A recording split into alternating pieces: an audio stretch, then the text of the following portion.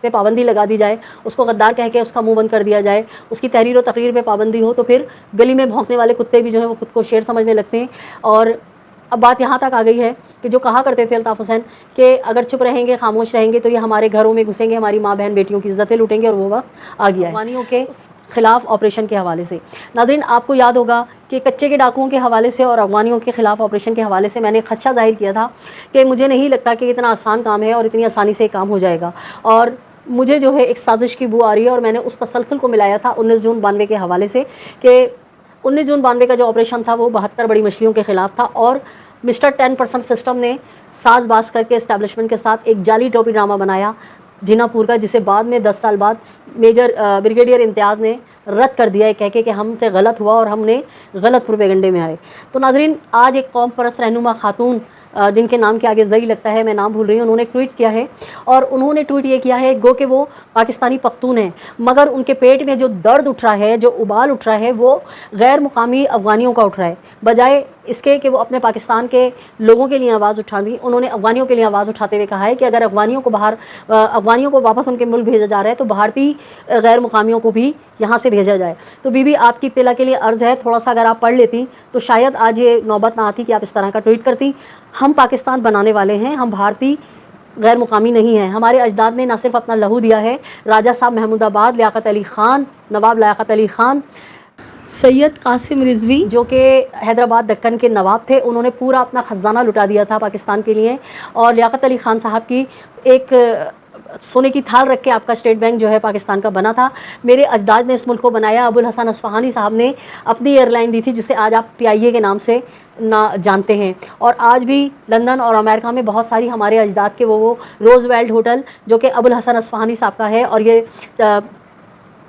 پہلے زرداری صاحب اور اس کے بعد نواز شریف، اور نواز شریف کے بعد عمران خان صاحب تک اس کو سستے داموں بیچنے میں کی کوشش کرتے رہے۔ لیکن ابھی جس طرح سے آپ کو یاد ہوگا 3 ماہ پہلے میں نے عادل انصاری صاحب جو پاکستانی نجات امریکن سگنیچر کمپنی کے CEO ہیں، ان کے ساتھ مل کے میں نے پروگرام کیا تھا، اور انہوں نے پورا بتایا تھا کہ اس ہوٹل کو ہم اتنے پیسوں میں لینا چاہ رہے ہیں، اور PTI گورنمنٹ نے جو ہے اتنے سستے داموں اس کو پٹے پہ چڑھا دیا۔ تو ہمارے اجداد کا تو آپ سب جو ہے مخروض ہیں، اور ابو الحسن اصفہانی ہوں،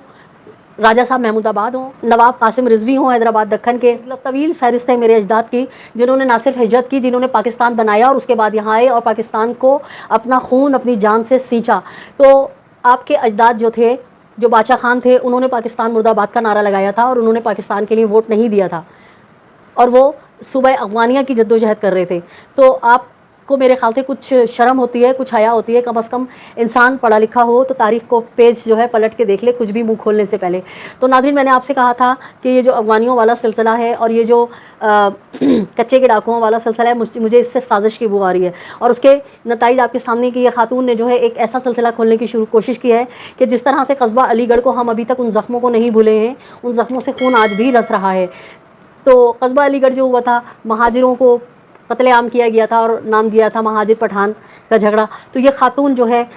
بظاہر تو پاکستان کی قومیت رکھتی ہیں، لیکن یہ فائٹ کر رہی ہیں افغانی غیر ملکیوں کے لیے۔ ان کو فائٹ کرنی تھی تو یہ اس وقت فائٹ کرتی ہیں جب پاکستان میں ان افغانیوں کی جانب سے بم دھماکے کیے جا رہے ہیں،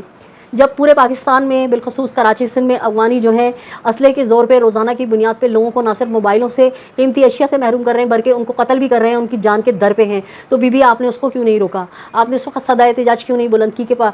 کراچی میں بسنے والے سندھی مہاجر سرائکی سب جو ہیں پاکستانی ہیں اور آپ کو پناہ دی ہے، اور آپ یہ کیا کر رہے ہیں؟ تو آپ نے اس وقت تو آواز نہیں اٹھائی، آپ کے پیٹ میں اس وقت تو درد نہیں اٹھا۔ بہرحال ناظرین، ایک سازش کی بو آ رہی ہے کہ کہیں پٹھان اور مہاجر کا فساد نہ پھیلایا جائے۔ خیر، اللہ مالک ہے، اللہ بہتر کارساز ہے، دیکھتے ہیں کہ آگے آگے ہوتا ہے کیا۔ آج chief of the army staff نے جسٹس مقبول باقر کی صدارت میں جو ہے تمام تر حالات کا جائزہ لیا ہے، اور انہوں نے ایک بار پھر اس عزم کا اعادہ کیا ہے کہ غیر ملکی افغانیوں کو جو ہے ان کے ملک بھیجا جائے گا، اور جو دیگر چیزیں ہیں غیر قانونی جو کام ہو رہا ہے یہاں پہ، اس کے حوالے سے کافی بڑی بریفنگ دی ہے، وہ میں آپ کو سنانا چاہ رہی تھی مگر نہیں، میرا ولاگ بہت لمبا ہو جائے گا، کل اخباروں کی زینت بنے گا، وہ یقیناً آپ پڑھ لیجیے۔ ناظرین، اس کے بعد میں بات کروں گی کہ chief of the army staff, آپ کا شکریہ، آپ کراچی آئے اور آپ کراچی کے لیے بہتر سوچ رہے ہیں۔ اللہ کرے کہ جو آپ سوچ رہے ہیں، جو آپ کے ساتھ ہیں، وہ آپ کی ساتھ شانہ بشانہ چلیں اور خلوص نیت اور خلوص دل سے کام کریں، تو یقین جانیں